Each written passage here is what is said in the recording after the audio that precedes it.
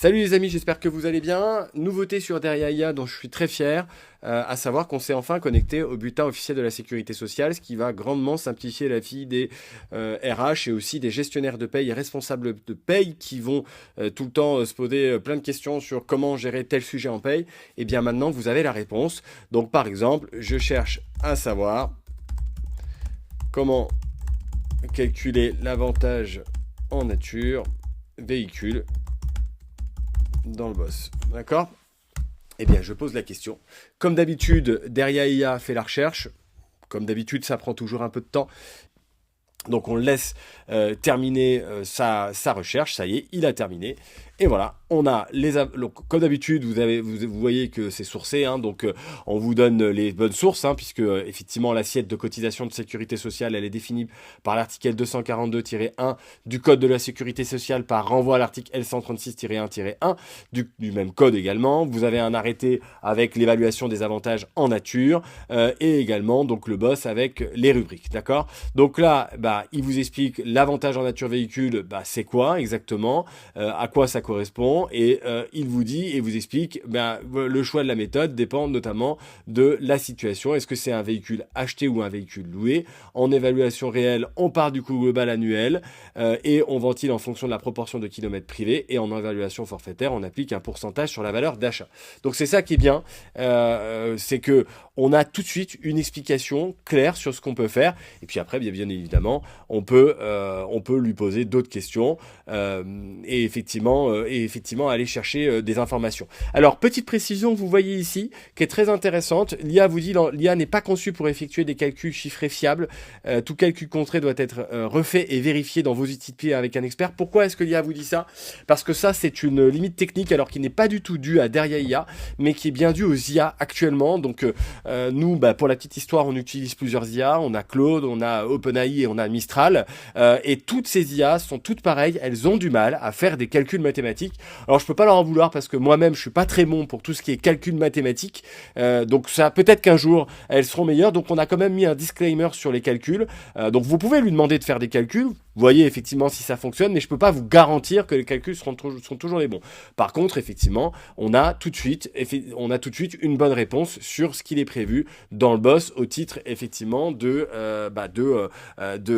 l'avantage en nature réel ou forfaitaire. Et donc là, je vais lui demander, je veux donc savoir ce que prévoit exactement le boss sur l'avantage en nature réelle et s'il y a des exemples pour bien comprendre, d'accord? Pareil, donc ça aussi c'est important que vous compreniez bien que l'IA va vous répondre comme vous avez aussi envie. C'est-à-dire que concrètement, vous avez toujours cette manière de répondre, d'accord, avec effectivement la problématique que vous posez, la réponse à cette problématique, des conseils pratiques, les sources juridiques et puis des questions complémentaires pour aller plus loin. Mais clairement, vous pouvez aussi lui demander de vous répondre d'une certaine manière. Vous pouvez lui demander, et je ferai des exemples par la suite, vous pouvez lui demander de vous répondre de manière simple, sous forme de questions-réponses, avec une argumentation juridique plus renforcée, etc.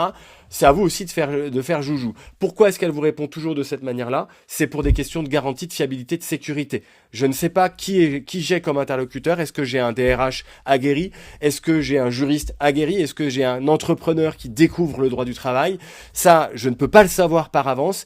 Donc, par principe, j'ai un prompt générique, un paramétrage générique qui permet de garantir la réponse. Mais si demain, vous avez envie que l'IA vous parle d'une autre manière, eh bien, elle vous parlera d'une autre manière. Bon, voilà, ça y est.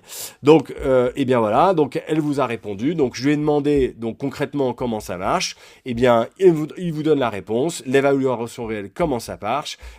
Et donc après, il vous dit, voilà, le boss renvoie à l'arrêté du 25 février 2025. Vous voyez que c'est très à jour, hein. On retient pour chaque année un amortissement égal à 20% du prix d'achat, toutes taxes comprises. Donc, pourquoi est-ce que c'est très à jour? Il n'y a pas de miracle, c'est parce qu'effectivement, tout simplement, il est connecté encore une fois au boss, d'accord? Donc, n'hésitez pas à lui poser toutes vos questions. Vous voyez, il vous donne des conseils pratiques. Vous pouvez bien sûr revenir sur ces conseils-là. Vous pouvez lui demander de préciser. Tiens, tu me dis ça. Tiens, je veux comprendre cette phrase-là. Je veux comprendre mieux ce qu'il faut entendre dans cette phrase. explique-la moi. Voilà, là je lui ai dit, très clairement, je comprends pas bien cette phrase. Et bien voilà, donc l'IA fait ce qu'on lui demande. Vous savez, l'IA, c'est ça, c'est un bon petit soldat. Elle vous explique, cette phrase, ça décrit la manière dont on reconstitue pour un véhicule acheté par l'entreprise le coût annuel qui servira ensuite à calculer la part d'usage privé du salarié. Donc, elle nous explique de manière simple, l'idée est la suivante, au lieu de prendre le prix d'achat du véhicule d'un seul coup, on considère que ce prix est réparti sur plusieurs années.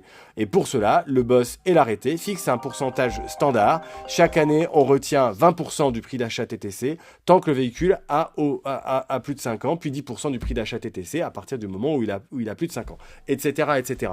Donc, voilà, en gros, c'est comme ça que ça fonctionne l'IA. Vous allez l'interroger et puis essayer de comprendre au fur et à mesure ce qu'il en est. Et alors, ce qui est intéressant, et ça, je vous fais la démonstration en live, je voudrais avoir... non, je vais faire plus simple. Génère le lien qui renvoie au boss, car je veux vérifier par moi-même. Très bien. Voilà, donc l'idée c'est ça, c'est de se dire, n'hésitez pas à pousser l'IA dans ses retranchements, à l'interroger à fond. Et donc normalement, si tout se passe bien, voilà.